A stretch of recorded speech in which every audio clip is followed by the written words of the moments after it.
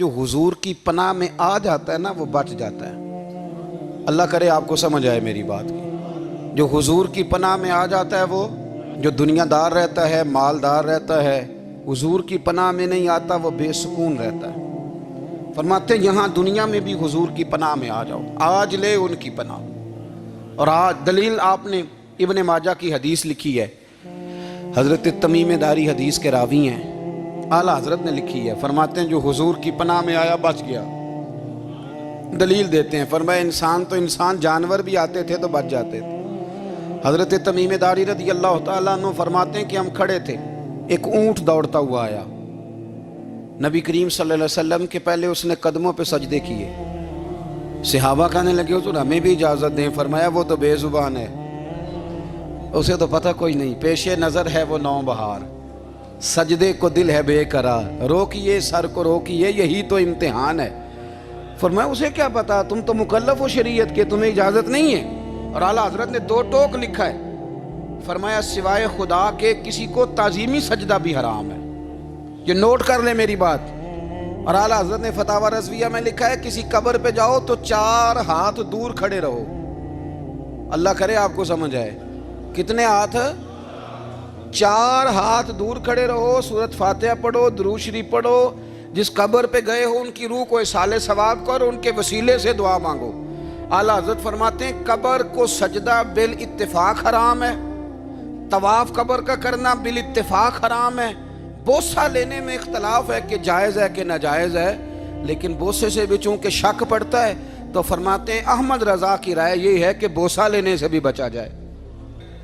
وہ آ گیا تو اس سے اگلی باتیں کرتا ہے، بس خاموش رہ، باادب رہ اور پیچھے رہ۔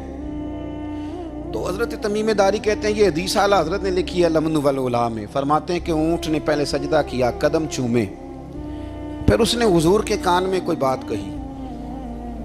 روزے دے دوالے نے غلامہ دیاں ٹولیاں، ایک پہ سندا ہے کروڑاں دیاں بولیاں، یعنی اونٹ نے بات کی تو حضور نے وہ بھی سن لی۔ اعلیٰ حضرت کہتے ہیں جو پناہ میں آتا ہے بچ جاتا ہے۔ کہتے ہیں رسول کریم نے نا اونٹ کی پشت پہ ہاتھ پھیرا اور اللہ کے محبوب فرمانے لگے فکر نہ کر، اب تو آ گیا ہے نا تو جیسے تو کہے گا ویسے ہی ہو جائے گا، جیسے تو کہے گا ویسے ہی۔ ابن ماجہ میں موجود ہے، پر میں چونکہ فاضل بریلوی رحمۃ اللہ علیہ کی کتاب سے پیش کر رہا ہوں الامن والعلا سے، تو میں اسی انداز میں پیش کر رہا ہوں جس انداز میں وہاں ہے۔ حضرت تمیم داری کہتے ہیں کہ ہماری سمجھ میں بات کوئی نہ آئی، تھوڑی دیر گزری تو کچھ لوگوں نے ہاتھوں میں رسیاں پکڑی ہیں، خنجر پکڑے ہیں، دوڑے آئے، یا رسول اللہ یہ ہمارا اونٹ ہے۔ حضرت تمیم داری کہتے ہیں میں نے دیکھا کہ جب وہ آ گئے نا خنجر لے کے تو اونٹ حضور کے پیچھے چھپ گیا۔ آج لے ان کی پناہ، آج مدد مانگ ان سے، وہ حضور کے پیچھے چھپ گیا۔ تو کہتے ہیں کہ نبی کریم صلی اللہ تعالیٰ علیہ وسلم نے فرمایا کیا مسئلہ ہے بھائی؟ یا رسول اللہ ہمارا اونٹ ہے، ذبح کرنے لگے تھے دوڑ آیا ہے۔ تو حضور فرمانے لگے وہ تو تمہاری شکایت کر رہا ہے۔ وہ کہتا ہے یا رسول اللہ میں نے برسوں ان کی نوکری کی، برسوں میں نے بڑی نوکری کی۔ صحیح کہتا ہے یا رسول اللہ؟ ٹھیک کہتا ہے حضور، اب بوڑھا ہو گیا ہوں، تھوڑا زیادہ بوجھ نہیں اٹھا سکتا، تو مجھے ذبح کر کے کھانا چاہتے ہیں، میں مرنا نہیں چاہتا۔ نبی کریم فرمانے لگے اچھے لوگ یہ صلہ دیتے ہیں؟ انہوں نے عرض کی حضور آپ حکم کر دیں، ہم اس کو چھوڑ دیتے ہیں یا رسول اللہ، نہیں ذبح کریں گے، خدمت کریں گے۔ حضور فرمانے لگے نہیں، اب میرے پاس آیا ہے نا، اب میں نے واپس نہیں کرنا، آج ہو گیا ہے، آج لے ان کی پناہ، آج مدد مانگ ان سے، آج ہو گیا یا رسول اللہ پھر رکھ لیں۔ حضور نے فرمایا نہیں بھائی پیسے بتاؤ کتنے؟ یا رسول اللہ نہیں کچھ نہیں۔ نبی کریم علیہ السلام نے فرمایا نہیں بتاؤ کتنے، بتاؤ کتنے؟ انہوں نے کہا حضور ایک دفعہ ریٹ لگایا تھا تو 100 دینار لگا تھا۔ حضور نے فرمایا بلال دے دو 100 دینار، 100 دینار دے دیا۔ اعلیٰ حضرت فرماتے ہیں دیکھو ان کی پناہ میں آنے کی برکتیں کتنی ہیں۔ ان سے کہا تم جاؤ، وہ چلے گئے۔ حضور نے پشت پہ ہاتھ پھیرا، فرمایا جا تو آزاد ہے۔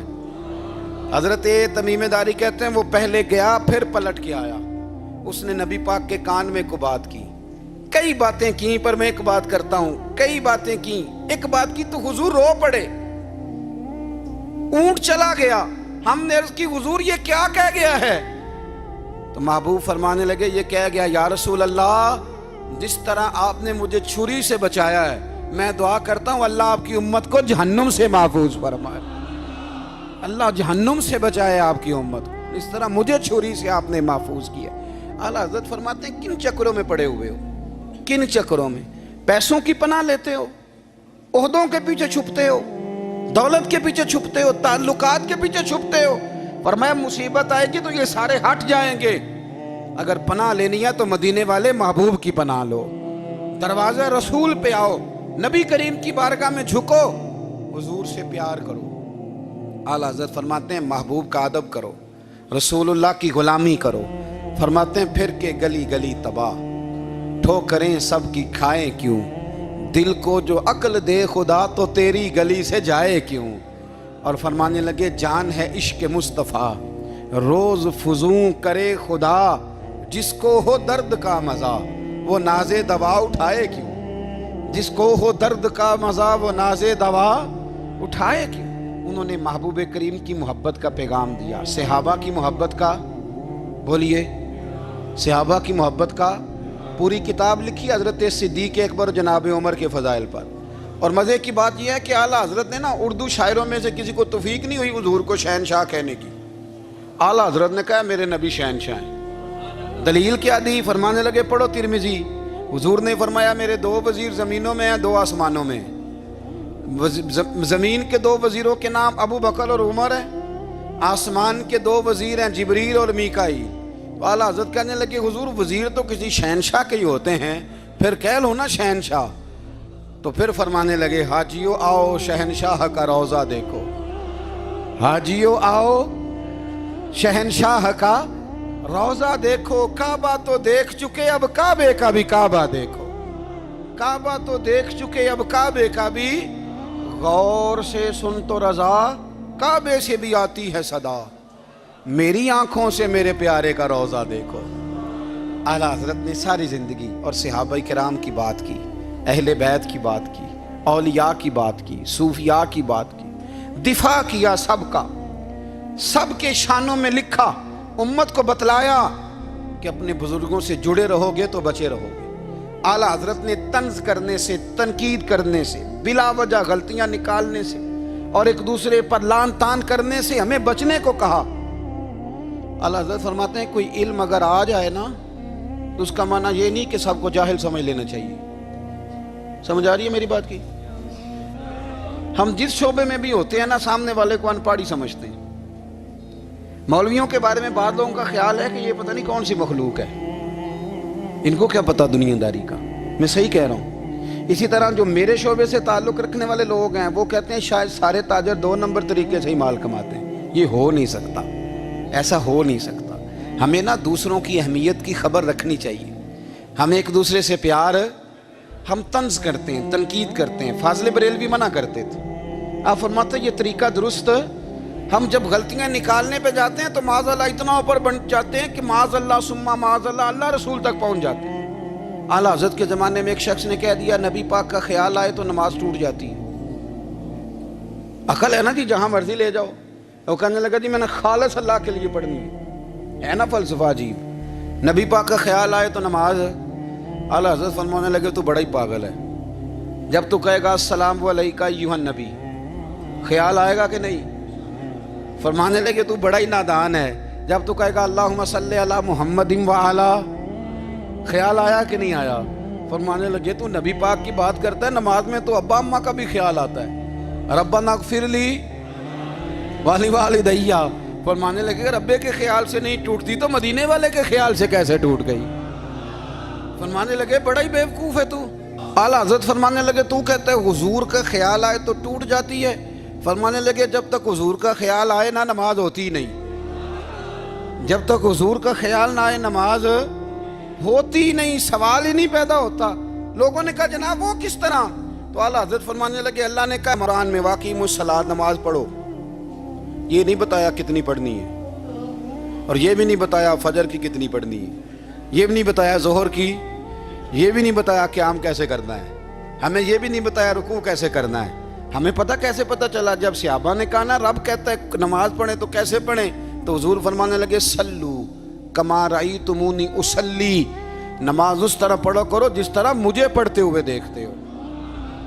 تو کہا یہ تو کیسی عجیب بات کر رہا ہے کہ نبی کریم صلی اللہ علیہ وسلم کا خیال آئے. اور پھر بڑی مزیدار بات, ایک شخص نے اعلیٰ حضرت سے آ کے نا, اس زمانے میں نا ایک آریہ مذہب ہوتا تھا, اب اللہ کا شکر ہے وہ کوئی نہیں, اب ویسے جو بڑے نئے نئے مذہب نکل آئے ہیں, جو آدمی جتنا پڑھ جاتا ہے معاذ اللہ وہ ایک نئی بات ہی شروع کر دیتا ہے, اور جو انوکھی بات کرے اس کے پیچھے رش بھی زیادہ ہو جاتا ہے. سٹائل ذرا ہٹ کے ہو نا جی تو ذرا ماحول جلدی بن جاتا ہے. تو وہ آریہ مذہب تھا, تو وہ ایک آریہ آ گیا اعلیٰ حضرت کے پاس, آ کے کہنے لگا کہ فرض کی اہمیت زیادہ ہے کہ سنت کی؟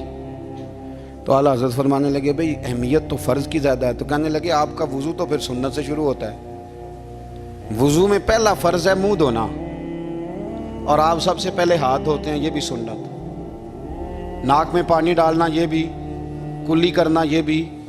میری بات کی سمجھ آ رہی ہے؟ اس نے کہا یہ آپ عجیب لوگ ہیں, فرض اگر بڑا ہے تو پہلے فرض ہونا چاہیے تھا. سمجھ آ رہی ہے میری بات کی؟ لوگ دین پر بڑے بڑے مختلف اعتراضات کرتے ہیں نا. اس نے کہا جی پہلے ہونا چاہیے تھا فرض, تو منہ دھونا فرض ہے, آپ نے گھٹنوں تک ہاتھ دھوئے, اب یہ جو آپ نے ہاتھ دھوئے یہ بھی سنت, کلی کری تو وہ بھی سنت, ناک میں پانی ڈالا تو وہ بھی سنت, تو آپ تو چوتھے نمبر پہ فرض ادا کر رہے. تو اعلیٰ حضرت فرمانے لگے تم اصل میں محبوب کا غلام نہیں نا, ہاں تجھے کیا پتا ہو یہ بات کیا ہے, تو بیٹھ جا ہم سے سن, ہم تجھے بتاتے ہیں. اس نے کہا جی کیا مطلب؟ فرمانے لگے یہ محبوب جو ہے نا ہمارے, یہ ہمیں بڑی جگہوں سے بچاتے ہیں, یہ بچا بچا کے فرائض تک لے جاتے ہیں. کیا کیا مطلب؟ کہنے لگے حضور نے ہمیں کہا ہے کہ پہلے نا ہاتھ دھو لو, پتہ چل جائے پانی زیادہ گرم تو نہیں, منہ جالی نہ جائے, پہلے نا دیکھ لو. فرمایا پھر ناک میں ڈال کے پتہ کرا لو کہ اس میں سے بدبو تو نہیں آتی, سنت بھی ادا ہو گئی, پتہ بھی چل گیا بو تو نہیں آ رہی. اور فرمایا پھر منہ میں ڈال کے چکھ لو کہ بد ذائقہ تو نہیں. اب یہ 3 سنتیں ادا کر کے تم فرض ادا کرو گے تو اللہ بھی راضی ہوگا, اللہ کے رسول بھی راضی ہوں. نبی کریم صلی اللہ علیہ وسلم نے فرمایا اگر سارے انسان مل کے بھی تیرا برا کرنا چاہیں تو جب تک رب کی مشیت نہ ہو وہ تیرا برا کر نہیں سکتے. اور حضور صلی اللہ علیہ وسلم نے فرمایا اگر سارے انسان مل کے تیرا بھلا کرنا چاہیں تو جب تک رب کی رضا نہ ہو تیرا بھلا ہو نہیں سکتا. تو اعلیٰ حضرت فرماتے ہیں اس چیز کو ذہن میں بٹھاؤ, مسلمانوں اپنا رجوع اپنے رب رسول کی طرف مضبوط کرو. یہ کیا بات ہو گئی کہ میں اس سے بھی ڈر رہا ہوں, میں اس سے بھی ڈر رہا ہوں, وہ بھی میرے پیچھے لگ گیا. فاضل بریلوی رحمۃ اللہ علیہ ان چیزوں سے منع فرماتے تھے. وہ کہتے تھے یہ توہمات ہیں, اوہام پرستی ہے, ہمیں ان چیزوں سے ہمیشہ بچنا ہے, اپنی آنے والی نسلوں کو بچانا ہے. اور فرمایا کرتے تھے رب کی رضا پہ جو راضی رہتا ہے اللہ اسے سکون والی زندگی عطا فرماتا ہے. ہمارے ہاں لوگ پوچھتے ہیں طبیعت کیسی ہے, لیکن یو پی میں, سی پی میں, لکھنؤ میں پوچھا جاتا ہے کہ کیا شکایت ہے آپ کو, کہتے ہیں جی سر درد کی شکایت ہے. یہ اردو کا ایک محاورہ ہے. جناب کیا شکایت ہے؟ کہتے ہیں جی مجھے کمر درد کی شکایت ہے. پھر پوچھنے والے پوچھتے ہیں کہ جناب اس شکایت کا کیا بنا؟ تو صدر الشریعہ مولانا امجد علی صاحب اعظمی رحمۃ اللہ علیہ فرماتے ہیں اعلیٰ حضرت کو بخار تھا تو میں حاضر ہوا, تو میں نے کہا حضور شکایت کا کیا بنا؟ کہنے لگے مولانا پڑھے لکھے ہو کے تو ایسی باتیں نہ کرو, شکایت کس سے کرنی ہے, رب نے جس حال میں رکھا ہے بڑا ہی اچھا رکھا ہوا ہے. شکایت کا کیا معنی ہوا؟ اللہ نے جہاں سمجھا مناسب اس نے ہمیں رکھا ہے, شکایت کیا ہوتی ہے؟ مجھے کسی سے شکایت نہیں. فرمایا کرتے تھے الحمدللہ مجھے سر درد بھی ہوتا ہے اور بخار بھی ہوتا ہے اور میں بڑا خوش ہوں. یہ وہ والی بیماریاں ہیں, یہ وہ امراض ہیں جو نبیوں کے قدم بھی چومنے آیا کرتے تھے. میں خوش بخت ہوں کہ وہ امراض جو انبیاء کے پاس آتے تھے, سر درد اور بخار, وہ مجھے لگتے ہیں. اپنی زندگی کو رضا والی زندگی بنایا. یقین بڑا کامل تھا میرے اعلیٰ حضرت کا. امام غزالی نے حدیث لکھی ہے, نبی کریم صلی اللہ علیہ وسلم نے فرمایا ہے یقین اس طرح سیکھا کرو جس طرح تم قرآن سیکھتے ہو. آج میرے دور کا سب سے بڑا مسئلہ یقین کی کمزوری ہے. مسلمان کچی پکی سوچیں سوچتا ہے, کمزور کمزور جملے بولتا ہے, اس کو دنیا داروں کے وعدوں پر اعتماد جلدی ہوتا ہے, لیکن معاذ اللہ اللہ رسول کے وعدوں کے بارے میں یہ کئی دفعہ شکوک کا شکار ہوتا ہے. اسے سمجھنا چاہیے. فاضل بریلوی ایک پختہ یقین والی شخصیت تھے, پختہ یقین والی. بریلی شریف کے دائیں بائیں طاعون کا مرض پھیل گیا,